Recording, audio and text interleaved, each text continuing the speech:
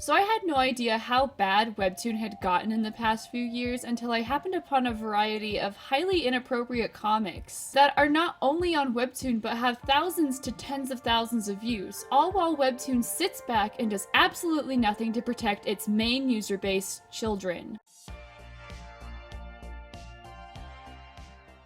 I want to talk about the complete willful ignorance and predatory nature the company Webtoon seems to take when they know the exact content they are promoting and are fully aware of the audience they have. As Webtoon has grown in popularity over the years, numbers consistently show their main user base is 64% females, ranging from ages 14 to 24, with some statistics stating that ages as low as 10 are using the app. A simple solution to this problem is to more heavily monitor what type of content is being posted to your site, as well as marketing your more tween-friendly content to those younger viewers. A company this large and widespread cannot claim ignorance to the fact that they allow sexual content to be shown to minors, knowing the audience they have. But time and time again, I am proved wrong, and Webtoon continues to promote predatory ideologies to literal children. And because of this, other artists in comics that are far more talented and noteworthy are completely drowned out by the sexual and harmful content Webtoon keeps up on its site. But hey, anything for that coin, huh, Webtoon? I really want to stress the point that Webtoon is a company that relies on these inappropriate comics to keep people on the site. That's the point of pretty much any site or app you visit. It's how they make their money. Which wouldn't be a terrible thing if Webtoon had a way older user base and if they weren't being hypocrites to their users. I would like to cite Webtoon's own terms of service clearly stating the fact that content that contains nudity or is intended to be sexually gratifying is not allowed. This includes, but is not limited to, full and partial nudity, as well as graphic depictions of sexual acts. So while Webtoon punishes more blatant examples, it will reward the covert offenders of this rule. Let's take a pretty popular webcomic for example. The Princess's Jewels is a story in which a woman collects handsome men for her own gratification. The description of the story reads as follows. Princess Ariana knows that becoming the first ever empress of Arbizella Empire will be no small task. That's why she collects 5 beautiful jewels, talented, handsome men from all across the lands to help her reach her goal. Can Ariana maneuver her way through court politics to become an empress, and can these jewels help her shine? Basically, she's enslaving men to form her own harem, an act that is considered to be sexual, or at the very least, a glorified brothel. This comic was being heavily promoted and pushed to its audience by Webtoon, with over 22 million viewers and nearly 500,000 followers that read weekly. But I guess it's fine if the main character is a woman pursuing these acts because there are no such things as double standards. But that's just one example. How about a different comic called Can I Use the Toilet Please? About a piss kink. The description of this comic reads as follows. Yu Min, a shy high school boy, has trouble with holding his pee at school because his teachers won't allow him to use the toilet during class. But this year, he was put in the same class as Ji Hong, a guy who likes it when Yu Min desperately needs to pee. Ji Hong attempts to be friends with Yu Min so he can see the side of him more often. Yet Yu Min has no idea about Ji Hong's intentions and simply thinks Ji Hong is a nice person trying to be his friend. That's pretty sexual if you ask me. And you know what's even worse about that? The fact that the characters depicted in this comic aren't even adults yet, they are still considered minors. Webtoon tends to take on a very law of the land type of attitude. If you were writing this in certain parts of the US, the age of consent is a little bit lower. That being said, in South Korea, where Webtoon is based, the Naver Corporation, their age of consent, I believe, is age 20, making this comic completely unethical and terrible to keep up and show to younger viewers. At the very least, with the Princess's Jewels, they are adults, but in this comic, they are minors. Now, how many people have actually seen this comic in your opinion?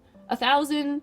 5,000? No, go higher. How about 2.5 million people? To be fair, the follower rate that reads it on a weekly basis is only 6,000, but that is still an insane amount of people who are reading weekly uploads about a piss kink, in my opinion. A piss kink in which the main characters are literal children. And I'm not trying to kink shame either, but knowing the fact that the main user base is between 14 and 24, and knowing the fact that Webtoon's own terms of service states that things that are intended to be sexually gratifying are not allowed, regardless of the age your viewers are, it's pretty blatant that Webtoon turns a blind eye. All of this to say, the fact that Webtoon even allows the overly sexual content like this on its site, even if it has a mature content warning, is careless to its younger audiences. And those are just a few of the comics you can find on Webtoon. I have without a doubt in my mind that you can find plenty more where those came from. As I mentioned prior, Webtoon's main user base is 64% female, all of them being between the ages of 14 to 24. Again, with some statistics showing as low as 10 years old are visiting the site or the app. And those are the official numbers Webtoon releases, even though it has a strict PG-13 guideline. Which one of us has never lied about our age on a website we've wanted to use? Specifically, when I was 12, I wanted to play on the Webkinz website, but I needed an email. Gmail doesn't allow users to be below the age of 13, so I lied in order to play on the Webkinz website. I can guarantee that almost everyone has done this, especially children. While Webtoon might then put the blame on various spaces where those emails are created in order to access Webtoon, saying that the issue starts with them, Webtoon also has the ability to end the issue by banning anyone under the age of 13. And even then, 13 is still so young for a kid to have access to Webtoon. In an article published by childmind.org called Phones for Kids, they state that 42% of children by the age of 10 have a phone, 71% by the age of 12, and 91% by the age of 14. So really, how is anyone able to tell the true age of Webtoon's user base? For a corporation so large, they can't claim ignorance. Surely they have to be aware of this fact. Do they do anything about it? No, not in the slightest. In fact, the site is very hands-off with many American laws and regulations, basically putting the blame on anyone other than themselves. With the terms of service essentially stating that it's your fault for being on the site without permission in the first place. Never mind the fact that Webtoon has, in the past, promoted itself to children in places like Cartoon Network and YouTube, simultaneously trying to expand its audience while claiming they aren't predatory towards kids, even though those places I mentioned are rife with that exact age demographic. While one could blame a minor for being on the site because they lied about their age, you can't blame someone for joining because they were specifically advertised to. Webtoon ran a multi-million-dollar advertisement in 2019 where they promoted themselves in high-traffic areas, according to an article by ICV2. Outdoor and high-profile locations such as Times Square and Penn Plaza in New York and Beverly Center in Los Angeles, and in theaters before blockbusters such as Spider-Man Far From Home and Lion King. While Spider-Man's recommended age range is 13 and up, the recommended age for the Lion King 2019 film is 6 and up. You can't blame a kid for joining a site too young when you constantly tantalize them with what they're missing. It's like eating a cookie in front of a 12-year-old and telling them they can't have it till they're 13. You know what they're gonna do? Lie so they can have that cookie. So you might be thinking, what harm does any of this actually do? I saw crazy stuff when I was 13 and I turned out fine. While it is completely normal for a kid around the age of 14 to start experimenting, an article released by Protect Kids Online states that exposure to sexually explicit material may prematurely sexualize a child, incite a child to experiment with sexually explicit behavior to make sense of it, lead a child to normalize and become desensitized to high-risk behavior, shape a child's expectations in relationships, blur boundaries and increase a child's risk of victimization, increase a child's risk of problematic sexual behavior against other children in an effort to experiment. And the list goes on. The result is that material can lead to being a teaching tool and influencing their development in attitudes and beliefs about relationships, sex, or sexuality. So a girl reading The Princess's Jewels won't go out and try to collect men, but it can definitely form her beliefs on how a healthy relationship should look.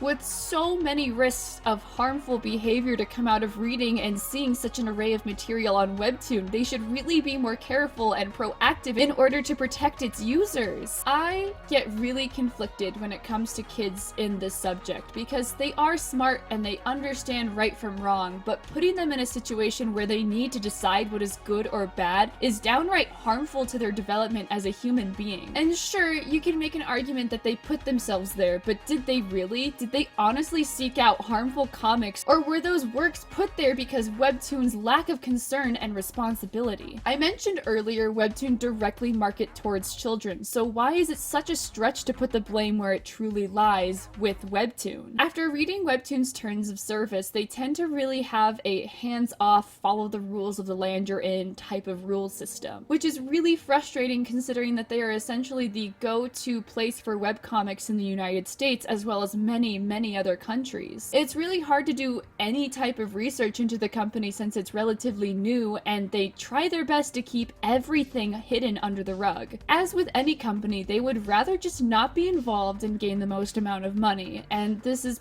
particularly frustrating since no one can put any pressure on Webtoon to keep its users safe. The blame then falls to the creators, who are also morally skewed. Anyone can post a comic in the United States as long as you are older than 12 according to Webtoon. This actually caught me off guard, as when I checked the age you need to be in order to post a comic, I thought it was 18, which you have to be if you're getting paid by Webtoon, but in fact the age to be able to start posting is 13. So Webtoon is really leaving it up to the creators to think about the ramifications and the long-term issues that could come from having an inappropriate comic potentially shown to children. This is particularly bothersome. While Webtoon can't understandably vet each and every single comic being posted to its site, there is still far too much unsafe content that tends to slip past the net and is then accessible to literal children to view. While it shouldn't have to be a creator's job to keep their viewers safe, the job unfortunately falls to them, and not everyone makes the best choice to keep others safe. How could you understand that if you were also potentially a 14-year-old posting for other 14-year-olds? And this is also such a simple fix too. All Webtoon would need to do is raise the age you need to be in order to post a comic, as well as how old you need to be in order to access the site. While there is still plenty of people to lie about their age range, the raise limit should at the very least help deter some kids. Or they could just as easily hire more people to sift through the comics and keep the platform safe for users, or they could also stop marketing to kids and keep it more strict to adult users. There are so many different ways to help alleviate this issue. Something I had to learn while I was doing my art live stream specifically on TikTok was the common age of my viewers. And because I knew the general age range, I had to tone down both my art, the language I used, as well as the type of thing I was talking about since my viewers were all a little bit younger. Alternatively, I have a friend who will kick anyone out of their live streams the moment they find out their viewers are under the age of 16, because they don't want to tone down what they are saying or the art they do, so they would rather just keep it above 16. And unfortunately, that formality gets lost with certain content creators choosing to blatantly ignore and neglect their audience in favor of popularity. While I don't think it should be a creator's job to vet everyone's age, you should understand where you're posting. And Webtoon is not the place for a lot of the inappropriate content being promoted. In conclusion, Webtoon promotes downright harmful content to its user base with a blatant disregard for the very large child audience it has. Because of this, talented artists are constantly drowned out and no one cares. No one minds that Webtoon is simultaneously harming every single person that chooses to use its platform.